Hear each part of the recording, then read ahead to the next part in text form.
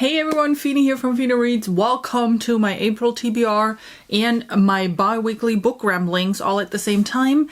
And depending on how long I'm going to talk, maybe also my May TBR, or I don't know if you could call it TBR, or more rather way too big stack that I will not be able to read anyway, but I'm going to try thing. Before jumping into the video, I just wanted to quickly highlight the Reading Across the Shelf discussion that I'm having with Kate and RJ Gibson. Depending on when you watch it, either in just a little bit or I just headed. And we're talking about mental health awareness in books, and we're sharing our favorite books where this trope is handled. I'm really excited about this conversation because mental health is a topic that is near and dear to my heart, besides diversity in general. But we are talking about it more in that live show, so tune in for that. But now let's get into the April wrap-up. April has been a really interesting month, I have to say. I've read a total of 7 books. One of them was a DNF. And within those 7 books, I read a total of 2,720 pages. Weird number to say fast. One of them was an audiobook, 2 of them were Kindle books, and then the rest physical books. And of course, fantasy was my highest read genre. 4 of those books were fantasy. 1 kind of horror thriller, I'm not quite sure where it fits in. 1 fiction, and then 1 non-fiction. My ratings have been really good. I had 2 5-star reads, 3 4-star reads, and 1 3-star read. What was not so good, and it's not going to get better in May, I already know that, I started 3 new series. One of them was the DNF, so I kind of DNF'd that one already, or at least put it on hold for now. But yeah, that is a lot. And then I continued 1 series, the rest were standalones. Quick summary about the books that I've read. If you want to get more detail about the ones that we're not covering in today's bi-weekly book ramblings, I talked about them in my usual rambling fashion in prior bi-weekly book ramblings. So I'll link those up and down below and everywhere, so you can go check that out and see what I thought there. But the first book that I read was The Ruin of Kings, which I gave 4 stars. Then I read Blood Dazzler, which I gave 5 stars. Thinner, 3 stars. And then Grace of Kings, which I gave 4 stars. Those were the main ones that we talked about the last time. The one that I DNF'd since last time was Sorcerer to the Crown. I'm also not going into more detail into that in this bi-weekly book ramblings because I talked about it the last time as well, and I pretty much DNF'd it right after I filmed the video. So, and it's not a hard DNF, like I will never touch it again.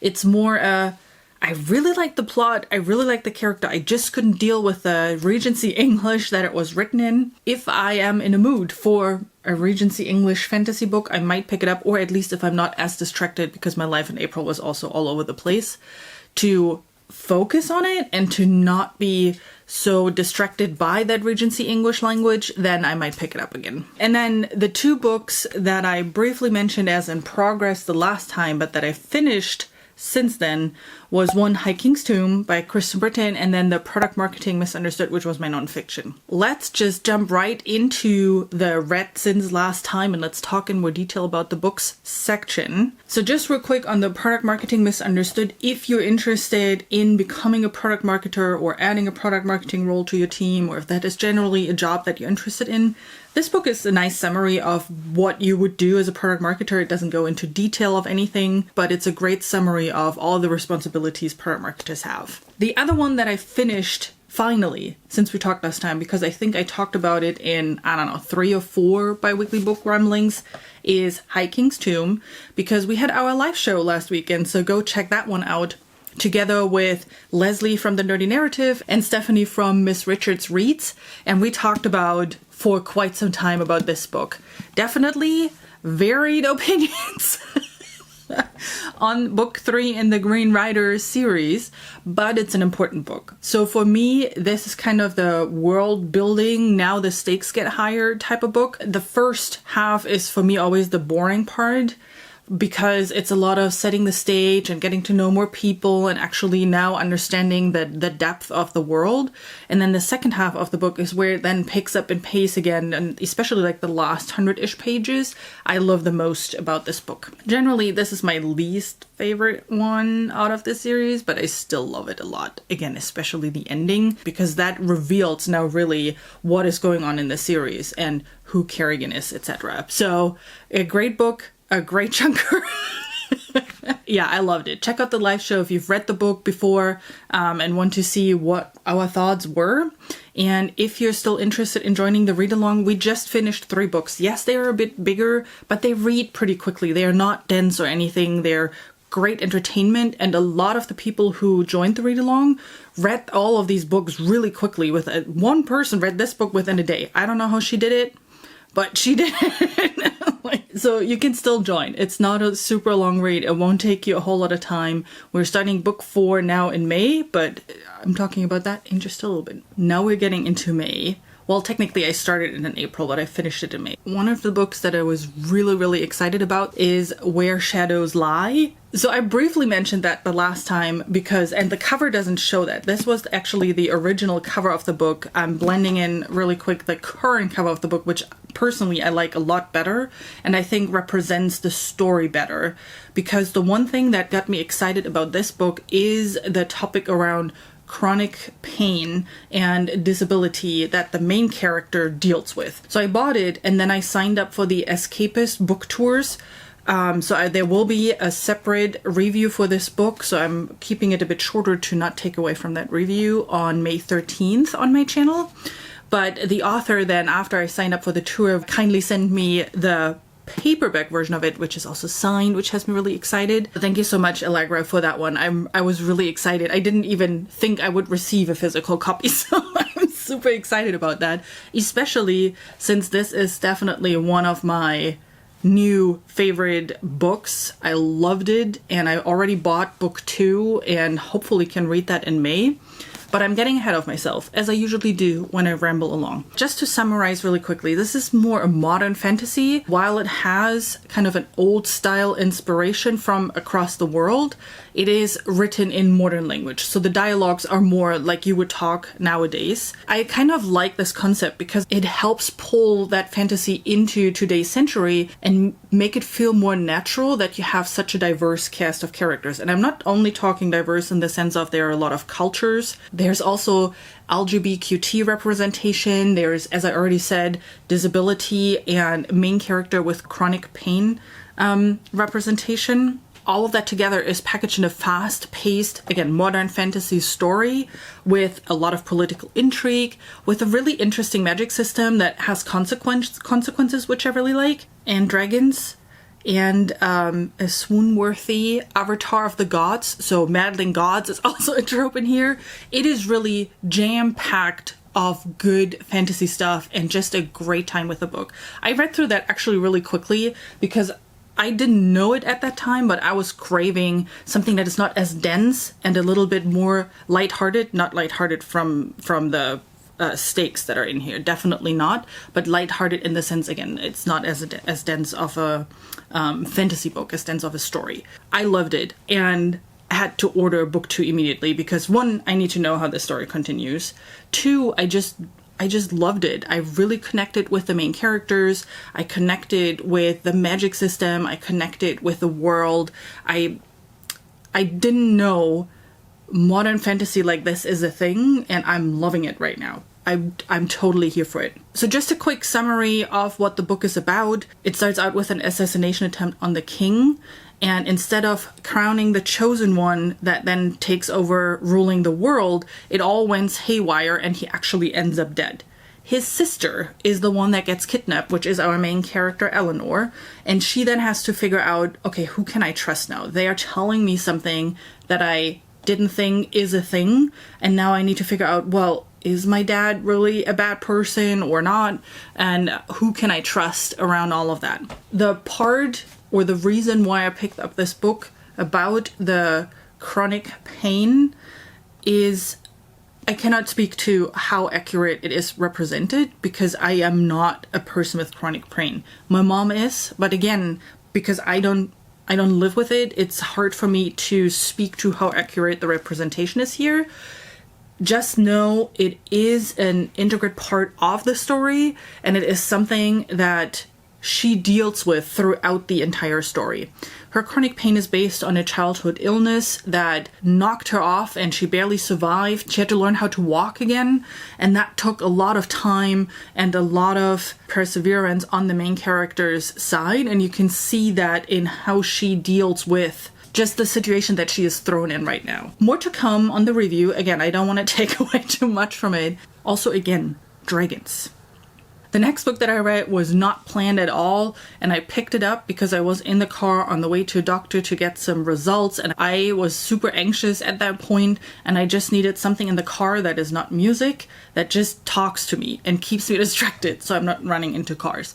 So I started the audiobook of Born a Crime from Trevor Noah, and I then ended up buying the book afterwards as well, because I ended up really liking his biography. He is talking about how he grew up in South Africa in the middle of apartheid, how he dealt with being a colored kid in a world that is divided between black and white. So he has a white father and a black mother, and being a mixed child like that was essentially not allowed, which hence the title Born a Crime. And he is telling his story, and what I liked about the way he did it without judging anything, without justifying and without judging anything. It's not a detailed view into telling you and explaining you what apartheid is. It is literally him talking about, here's how I experienced my childhood, here's what went through my head, or not just through mine, but even through the ones around my family. And that's what I thought was really, really interesting. If you're sensitive, definitely look up trigger warnings. There's a lot going on, from racism to police state to mutilation to family issues, some that hit really close to home. But if you are up for that, and if you actually read how he explains those things, I don't want to say it's not bad, but I understand why things happened the way they happened. Again, it's about his experience and the world he grew up in, and he explains it really well on why certain things are just different, or were different in South Africa than when you grew up, compared to growing up in the US or Germany, like in my case. Just be prepared to be heartbroken, while at the same time being amazed about how he tells the story in a kind of weird, dry but humorous way. I don't know, it's hard to explain how he does it, but I thought it's a really great book. By the way, I also highly recommend the audiobook for Born a Crime, because Trevor Noah himself is narrating it, and there are sections where he is sharing the dialogue in his native language. He explains that he had multiple native languages like Zulu and Xhosa besides English, and he is actually speaking in that language. And he is also explaining at one point in the book what language means, especially if you speak the same language. So I think I have a feeling there's a reason why he did that. But that part I really, really loved. Now we're coming to the book that I'm currently reading, and I'm seeing if I hope this is not too glary. I will put up the picture in a second too. But I got an e-arc from Samuel Achter's new book, Lightblade, which I'm really excited about.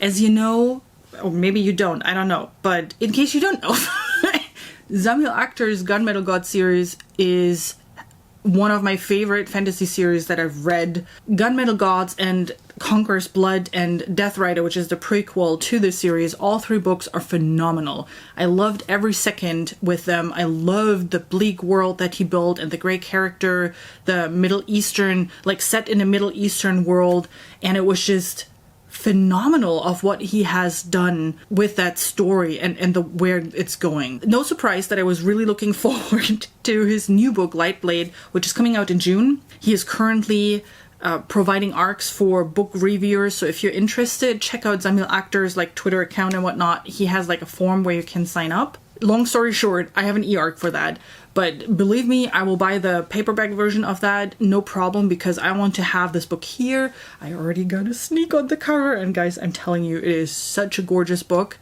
that what I'm showing you here is just the e-arc cover. I'm about 20%, 25% in right now, and I'm as amazed as I was with Gunmetal God. Completely different story so far, but as fast-paced and as action-packed as Gunmetal Gods. So Lightblade is about Josh, and Zamil, please let me know if I'm pronouncing your main character's name correctly. It's spelled slightly different than Josh, so I apologize if I'm not doing this right. Anyway, it's about Josh, who is basically capped in a factory, and he has to produce the same weapon part every day over and over again, and he has been doing that for many, many years already. He just knows the world's not great, and for some reason, he wants to kill the Emperor. And in order to do that, he needs to learn how to wield a light blade, and thankfully, in this world, you can learn such things while you're dreaming. And while you're dreaming, time passes differently. So 1 hour in real life is a day basically in your dream world. So he has enough time to do that because the Emperor is visiting in 3 days. So that gives him a couple of days to learn how to wield the Lightblade. But then shortly before that happens, something else happens and basically throws his plans out of the window, and he has to now think on his feet and figure something out. I don't want to say too much because I went into this book blind, and I can tell you the reveals as you learn more about who he is, how that dream stuff works, who the Emperor is, and how the world works, the more interesting it gets. And I cannot wait. So you know what I'm going to do the rest of the weekend, reading this book, because I cannot wait to figure out what this is all about. So I'm still kind of in the dark as I'm talking about it right now. But I can tell you what Zamil has revealed so far is phenomenal. I'm not even sure if we're still talking about fantasy or what I would classify this genre as, but what you have so far, that whole dream world concept, is really interesting, and I cannot wait to learn more on how this works and some of the consequences of this magic system and just what it ends up being. I just need to know. It is so good. It is incredible how it is written so far, and I have to stop because that's essentially, I will go in circles about how amazed I am right now about this book. Zamil just has a way with words and with painting a picture of the character and the world and the consequences and the bleakness and everything, and you can feel the grittiness on the skin that is going on. It is just fantastic. And I know I said this before, that Zamil is going to be an author author. Now reading a different story from him, I can 100% confirm that I will buy anything from them. If he decides to write a lexicon, I will buy this thing and read this cover to cover. It's like, it is just incredible. I'm just, sitting here and I'm so fascinated by the last books that I've read. They were just all of such incredible quality that I cannot believe it. And they were also different, right? I'm telling you something. So none of these books were planned books, really. My TBR that I set up at the beginning of the year is basically thrown out of the window at this time. I've moved to mood reading at the end of April, and I'm not regretting it. I've picked up so many great books in the last weeks that I'm just, I don't know. Anyway, so I hope you see how excited I am about the books that I've read and finished, or the book that I'm in the middle of. I hope you give any of them a chance and take a look at them and see if it's something for you guys. And that gets me really briefly, because I know I have been talking for quite some time now, into what I'm planning on reading in May. Again, the plan is kind of out the window. One thing though is, as you might or might not know, Jake and I are doing a read-along together every month. We read a Bachmann book. We paused that for May. We were supposed to read Regulators in May, but we both knew that we will probably not get to it and could use a little bit of time back for other books. So we decided to move that to June. The things that I want to read, of course, Black Veil, because the Green Rider read-along, that continues. So I will be reading Black Veil, which is book 4 of the Green Rider series. I want to continue with the Chorus of Dragon series. Name of All the Things is the second book in the series, because I loved Ruin of Kings, and I really want to know how it continues. And I know that book 2 does not necessarily continue in the timeline. It's a different group of people that we're following in book 2. I started Grace of Kings this month, so I kind of want to read Wall of Storms, but it's a 900-page book, so I don't know if I will get to that. The second book of Where Shadows Lie, which is called Whispers of Storm, so I definitely want to know how that series continues. And then I signed up for 2 more book tours that I wanted to read the book for. The books just sounded so exciting that I couldn't pass it up. I probably should have, but I should have just bought the books and read it at a later point. But anyway, here we are. So one of these books is Ribbekite, and I hope I'm pronouncing this again, by O.R. Lear. I forgot what it was about, but I read it and I was like, oh yeah, that's right up my alley. So I signed up for that one. And the other one is called Hands Like Secret. It's about an autistic main character, and that was the reason why I wanted to read that. And then I have some books on my mood read list that I kind of am interested in. One is Blood Curse by Tamara A. Lowry. Also an indie published book. And the tagline for this is kind of Vampire Pirates, I think, if I remember correctly. Kate from the Literary Apothecary, funny enough, is also reading this book. I had this on my TBR for the longest time, and now that she's reading it, I kind of got excited about this once again. I wanted to read it again. And the other one that is kind of high up on my mood reading list is The Girl with All the Gifts by M.R. Carey. Again, pronunciations, I have no idea. It's late on a Saturday. That sounded like a really weird book as well. And I like weird, if you haven't figured that out yet. As you see, this stack is way too big. I will never get to it. Why am I actually thinking I could potentially read all of these books in May? Stack is ridiculous. So anyway, I'll just leave it as that. How was your April? Did you read some good books in April? Let me know what your favorite book was in April. I could not pick, but maybe you can pick from your reads. I don't know. And yeah, I hope I see you soon with my next video. Again, don't forget to check out the Reading Across the Shelf live show with RJ and Kate later today, or depending on when you watch that, watch the review recording thingy. I have to stop talking because I don't know words anymore. And I hope I see you soon with my next video. Bye!